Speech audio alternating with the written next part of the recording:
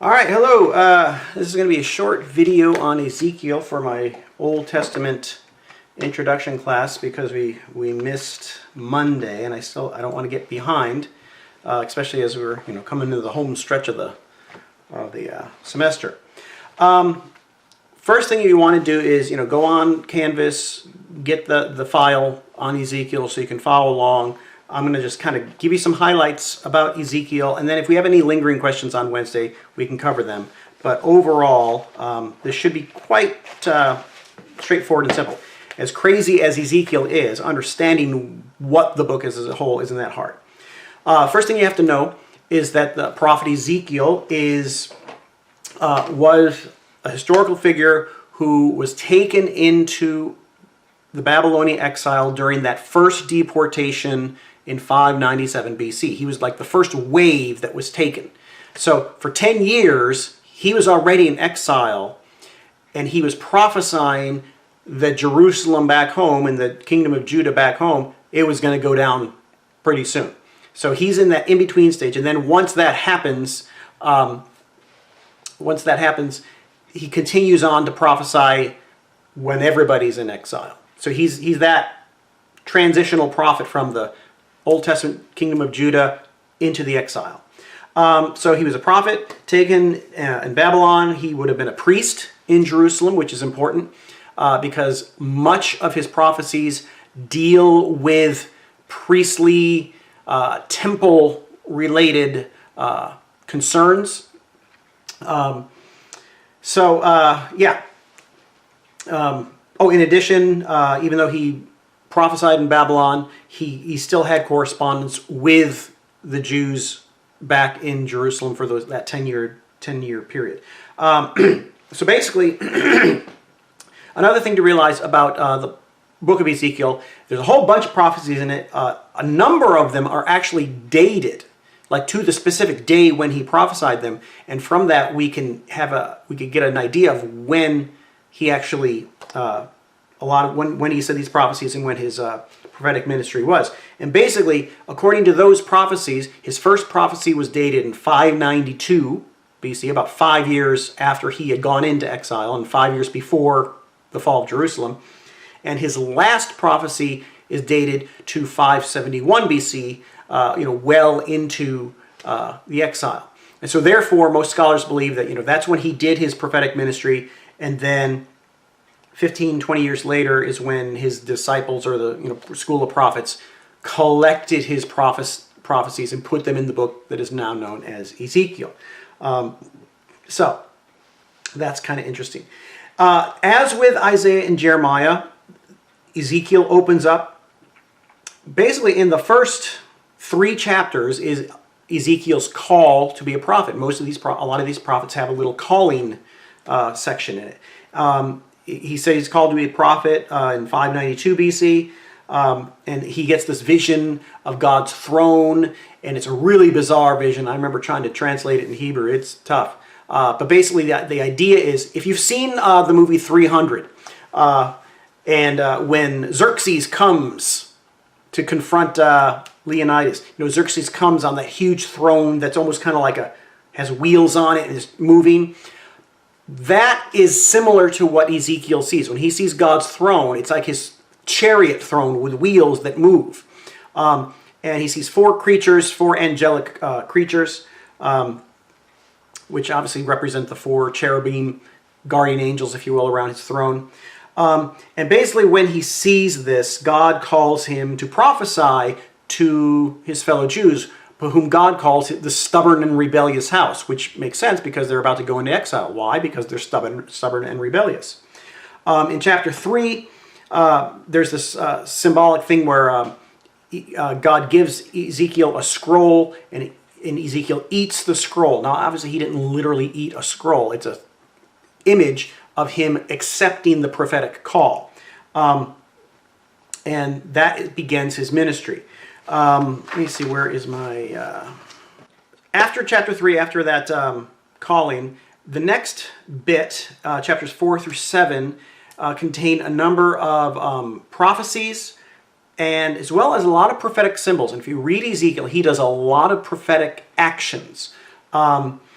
he at one point he gets a brick and writes the word Jerusalem on it, and then he lays on his one side for 390 days, probably not literally 24/7, but and then he lies on his other side for another 40 days, and it symbolizes what is coming to Jerusalem. It's going to be besieged. So therefore, there's that symbolic thing. That's in chapter 4.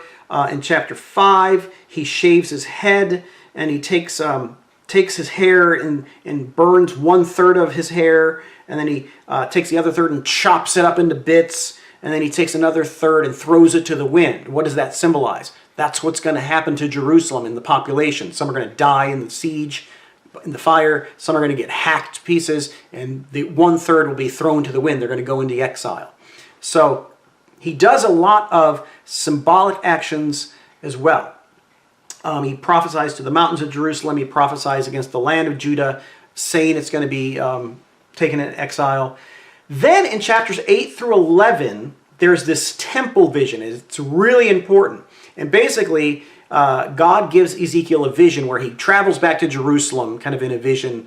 And long story short, he finds that in the temple of Yahweh, there is idolatry, and not just idolatry, but the scribes and the priests are involved in worshiping foreign gods, even in the temple. And therefore, God orders that it be destroyed and it'll, them killed.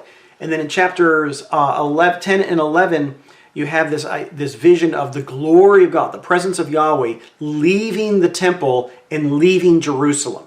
So it's this huge prophetic claim, probably in 592, that the temple will be destroyed and that God will allow his people to go into full exile, and he is going to leave his house. He's going to leave the temple, and he's going to leave his people. And so what you see from that point on in chapters 12 to 19 is more prophetic condemnations of Jerusalem and Judah's idolatry and sin. There's a lot of prophetic imagery and actions that he does there, but it all goes to that theme of condemning Jerusalem, condemning the idol worship, and saying that God is going to send them all into exile and that everything will be destroyed. And again, we can't go through every single prophetic action he does, but if you read those chapters 12 to 19, chapters 12 to 20 really, you'll see that play out. Then what you get, the rest of chapters 20 to 24, you get further prophecies against Israel. And this is what you'll see in your homework. Basically, chapters 1 through 24 are all dated to before 587. And because they're dated before 587, chapters 1 through 24 are all of Ezekiel's prophetic actions and prophecies while he's in exile, prophesying that Jerusalem will soon be destroyed and the exile will really kick in. And so chapters 20 to 24 are further prophecies against Israel for what they do.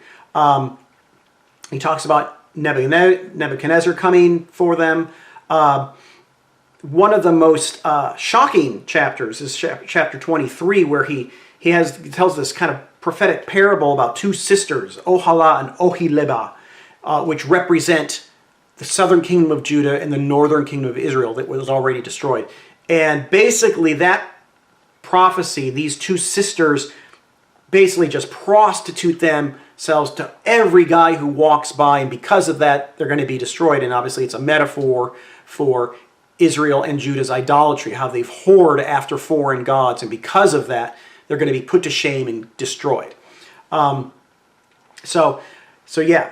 And then in chapter 24, he prophesies about the siege of Jerusalem, and he does another prophetic action where when his own wife dies in exile, God tells Ezekiel to don't go into the house of mourning and don't even mourn for your wife, because that in and of itself is a prophetic action, how when Judah gets destroyed and goes in exile, nobody's going to mourn for them because they don't deserve it. So it must have been a hard thing for Ezekiel to do, but even in that, it's a prophetic action. Now, the second major chunk of the book of Ezekiel is basically from chapters 25 to 32. Once and that those are set after Judah goes into exile. So chapters 25 to 32 basically is a collection of prophecies that he gives against the surrounding nations: Ammon, Moab, Edom, the Philistine territory, Tyre, Sidon, Egypt. All of those are prophecies against those countries. There's a lot of interesting stuff there as well, but again, in an intro class we can't go into it. But basically, that's what you need to know. What really is interesting is starting in verses chapters 33 to 39. He starts to initially prophesy about Jerusalem's destruction and the nations, how they're going to get punished as well. But then, specifically at the end of that section in chapter 37, there's the famous vision of the Valley of Dry Bones. And it's really odd, but it's really actually simple to understand. Ezekiel sees this vision of a valley of dry bones, and God tells Ezekiel, are these bones ever going to live? And Ezekiel says, I don't know. I'm not God. You are. You tell me. And then we find out that a wind blows over the bones, and the bones take on flesh again, and all the bones get resurrected into an army.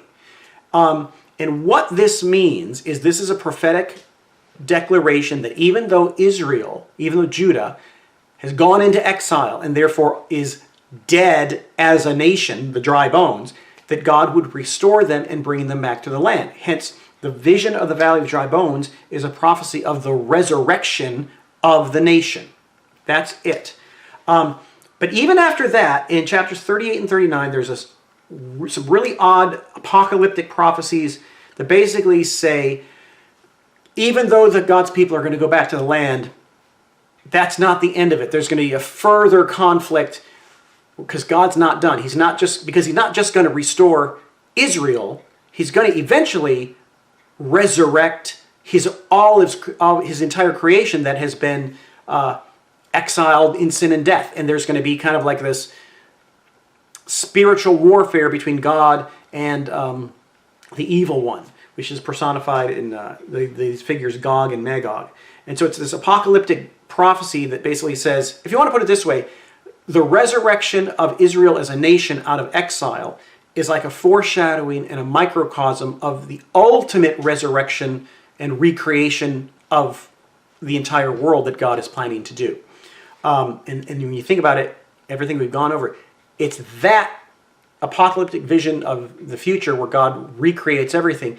That is going to be the ultimate fulfillment of God's promise to Abraham, where it's through that nation all nations will be blessed. Okay, with that prophecy of restoration, the last part of Ezekiel, chapters 40 to 48, is this huge, ongoing prophetic vision of the new land of Israel and the new temple. It's this eschatological vision that is deep with symbolism. And I believe I have pictures of it on the files. If not, I will show them to you on Wednesday. But the gist of chapters 40 to 48 is when Ezekiel's prophesying that when God restores Israel, there will be this vision of this temple. The temple, if you look at the dimensions, takes up the entire city of Jerusalem. It's a symbolic dimension because it's saying that the entire city will be holy, and then the entire land will be holy. Because if you know, back with the tabernacle and the temple and all that stuff, there was kind of like lines of demarcation between holiness. You had the court of the Gentiles, and the court of women, and then the temple grounds itself was a little more holy. And then when you go into the building, there's the holy place, and then in the holy place where the ark is, there's the Holy of Holies. And so that's the most holy place. Then as you go out in concentric circles, it gets less and less holy until you get to the world, which is, contaminated. What Ezekiel's prophesying is that when God restores his people and redeems creation, everything will be holy. And hence the dimensions and all the descriptions of this new temple. And specifically, what it's worth noting is then in chapter 43, once he describes the entire temple area, in chapter 43, God's glory returns to the temple, just like earlier in his prophecy of the temple's destruction, God's glory leaves the temple. But in chapter 43, it is once this restoration happens, God's glory will once come again. And he describes the temple, the district. It's all symbolic. It's also interesting in chapter 47, he talks about a river flowing out from the temple area that goes out and waters the entire earth and makes it fruitful. That is a direct allusion to the Garden of Eden story, because in the Garden of Eden, that was kind of seen as in temple-like imagery, like God's holy place. And from Eden, the river flows out of Eden to water the world. And so what Ezekiel is prophesying is that when God fully restores Israel and redeems creation, the temple will act as kind of like Eden. It'll be a return to what God has intended all along. And so that is 40 to 48. Now what we'll do on Wednesday, I'll entertain any questions, and I'll actually show you the pictures just so you can get a visual of what Ezekiel is talking about.